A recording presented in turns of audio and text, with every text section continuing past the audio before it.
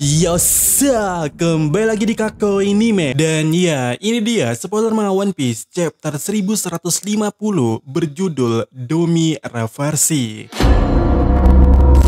Ditemani kembali dengan cover story Yamato yang mana kita mengetahui katana milik Yasui disemayamkan di kuil Emma di Hakumai, menandakan bahwa ziarah pengganti telah selesai. Terlihat Yamato, ulti dan pecuan di depan kuil Enma, tapi Licker mengatakan belum diketahui apakah ini akhir dari cerita Sampul atau belum. Kemudian ya, Licker menegaskan kembali kalau tidak ada adegan Luffy dan tidak ada informasi baru tentang masa lalu Brook ataupun Mary Joa.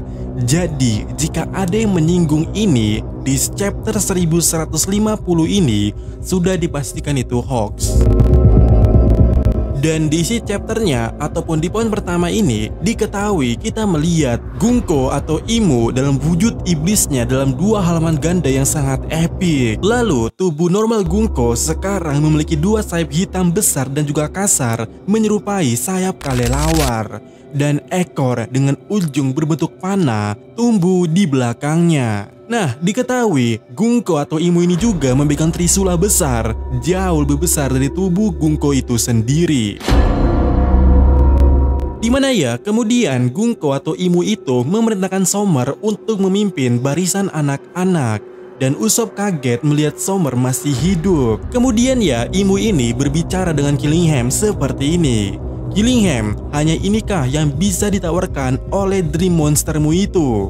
Dan Killingham menjawab, tentu saja tidak Ichigo. Saya membiarkan beberapa lubang mimpi buruk atau nightmare holes terbuka. Jadi monster akan terus muncul dari mimpi buruk pulau ini. Mereka adalah makhluk mimpi yang tidak memiliki konsep kematian di dalamnya. Mereka semua bisa dihidupkan kembali kapanpun aku memberi tanda. Kemudian Gunko atau Imu ini mengeluarkan sebuah buku ajaib, dan dari dalam buku tersebut sebuah belati dan juga senapan raksasa keluar. Lalu ya, ketika Brogy hendak menyerang Imu tersebut, Gunko atau Imu ini meledakkan tangan kiri Brogy dan menembakkan pergelangan tangan Brogy itu.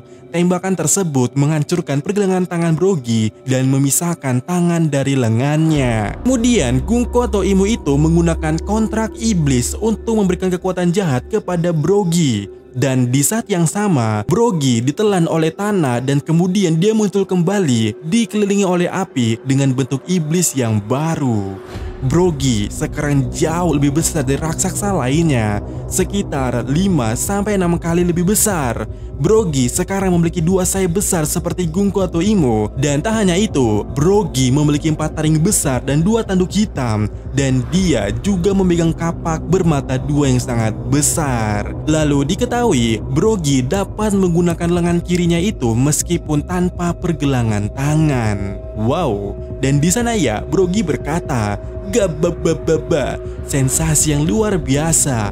Aku merasa bisa melakukan apa saja." Lalu ya, kita mengetahui kalau Gunko atau Imu itu kemudiannya menggunakan teknik bernama Domi Reversi. Yap, judul chapter kali ini. Dan itu untuk mengubah Dory serta beberapa bajak laut prajurit lainnya menjadi bawahannya. Mereka semua kini sekarang memiliki bentuk iblis seperti Brogy.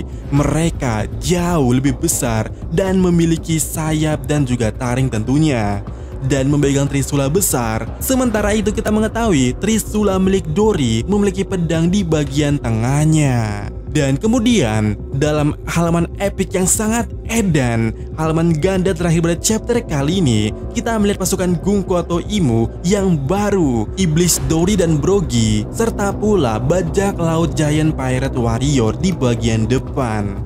Dan beberapa monster mimpi di belakang mereka. Dan diketahui monster-monster mimpi ini kini jauh lebih besar dari monster Killingham yang saat itu, dan memiliki taring dan tanduk seperti raksasa iblis. Dan di sana ya Gunko atau Imu berkata, "Jadi inilah kekuatan Elbaf. Lumayan juga.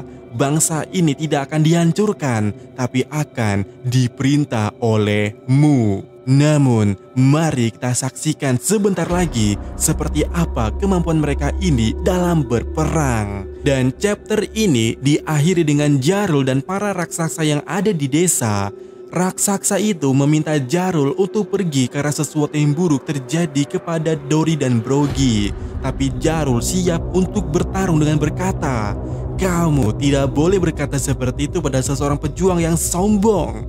Dan ya, chapter berakhir di sini. Dimana ya, full spoiler kali ini sangat menarik ditambah dengan spoiler kemarin itu, dimana yang katanya kalau Jarul ingin dibunuh, ternyata Jarul tidak melarikan diri. Dan ya, berikut hal-hal menarik yang ada pada chapter kali ini, ataupun spoiler ini ya lebih tepatnya. Diketahui kalau wujud Imu atau Gungko berubah menjadi bentuk iblis dan kita bisa melihat ada ekor panah. Nah, poin ini akan menjelaskan dengan jelas soal keributan atau pertanyaan yang menjadi-jadi sejak yang lalu-lalu, yaitu soal siapa yang menusuk King Cobra.